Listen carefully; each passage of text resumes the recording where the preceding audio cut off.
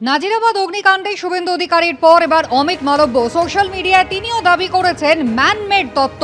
কোনো দুর্ঘটনা নয় নাজিরাবাদের ঘটনা, নিছকই ম্যানমেড বিপর্যয়, এমনটাই সোশ্যাল মিডিয়ায় বিজেপির আইটি সেলের প্রধান পোস্ট করে লিখেছেন।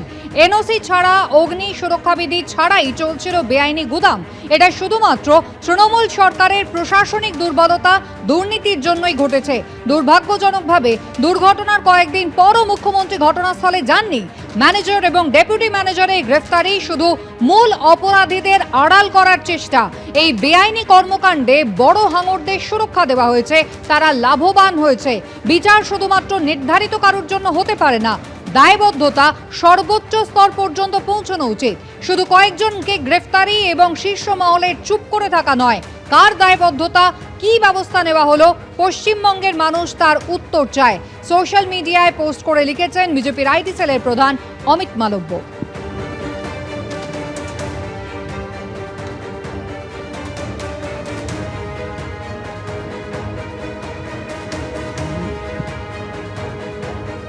নাজিরাবাদে ভয়াবহ অগ্নিকাণ্ডের পর স্থানীয় বাসিন্দারা প্রশ্ন তুলেছিলেন, অভিযোগ তুলেছিলেন যে বছরের পর বছর ধরে বেআইনিভাবে জলাজমি বুঝিয়ে কনস্ট্রাকশন করা হয়েছে।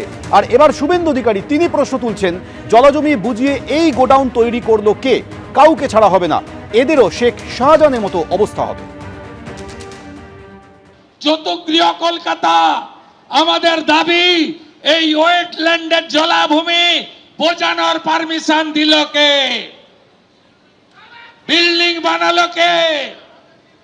পলিউশন কন্ট্রোল বোর্ডের এনওসি দিল কে? কে কত মাল খেয়েছে? নজরুল কত মাল তুলেছে?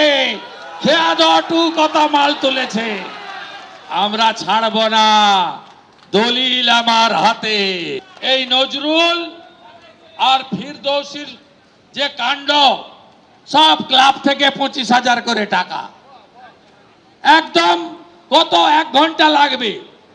নজরুল, ফিরদৌসি আর ওখানকার এমএলএ, যাকে কদিন আগে জনগণ তাড়া করেছিল, আরেক এমএলএ শাহজাহান বলেছিল শুভেন্দু অধিকারী সন্দেশখালী সরবেড়িয়া এলে হাতটা কেটে, পাটা কেটে হাতে ধরাবো।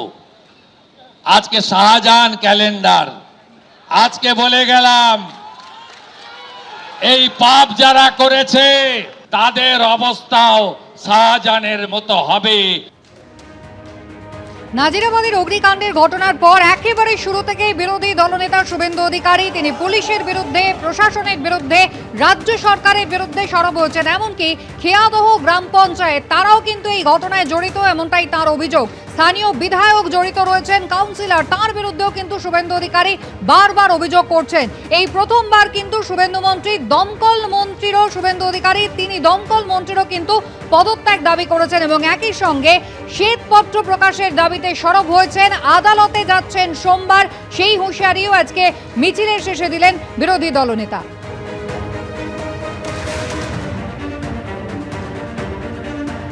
নরেন্দ্রপুর থানার সামনে ইতিমধ্যেই আমাদের প্রতিনিধি শিবাশিস মৌলিক পৌঁছে গিয়েছেন। শিবাশিস, 5 জনের যে বিজেপির প্রতিনিধি দল, তারা কি ইতিমধ্যে ডেপুটেশন দিতে চলে গিয়েছেন নরেন্দ্রপুর থানায়?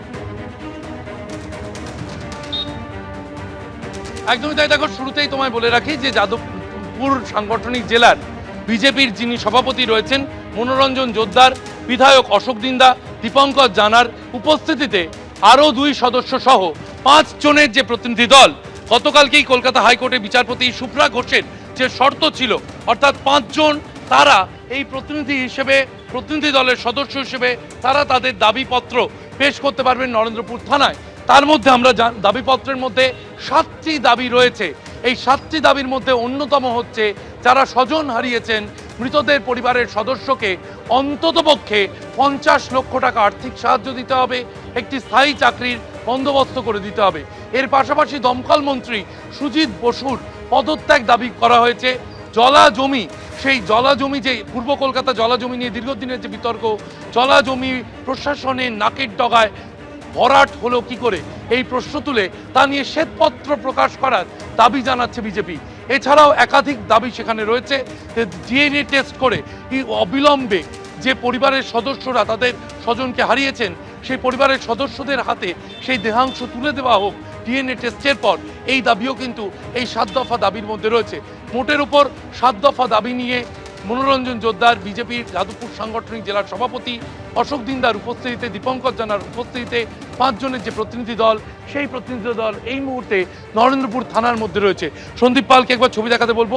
বাইরে দেখা যাচ্ছে পুলিশ প্রশাসনের কর্মী, আধিকারিক তারা উপস্থিত রয়েছেন, কারণ বিজেপির যে কর্মীরা যারা এসেছিলেন প্রতিনিধি দলের সঙ্গে, তারা যাতে ভিতরে কেউ না যান সেই ক্ষেত্রে কিন্তু আমরা দেখতে পাচ্ছি সেই দিক থেকে পুলিশ কর্মীরা তারা গেটের সামনে দাঁড়িয়ে রয়েছেন, যার সামনে আমরা দেখতে পাচ্ছি অপেক্ষা করছেন বিজেপির কর্মী সমর্থকরা।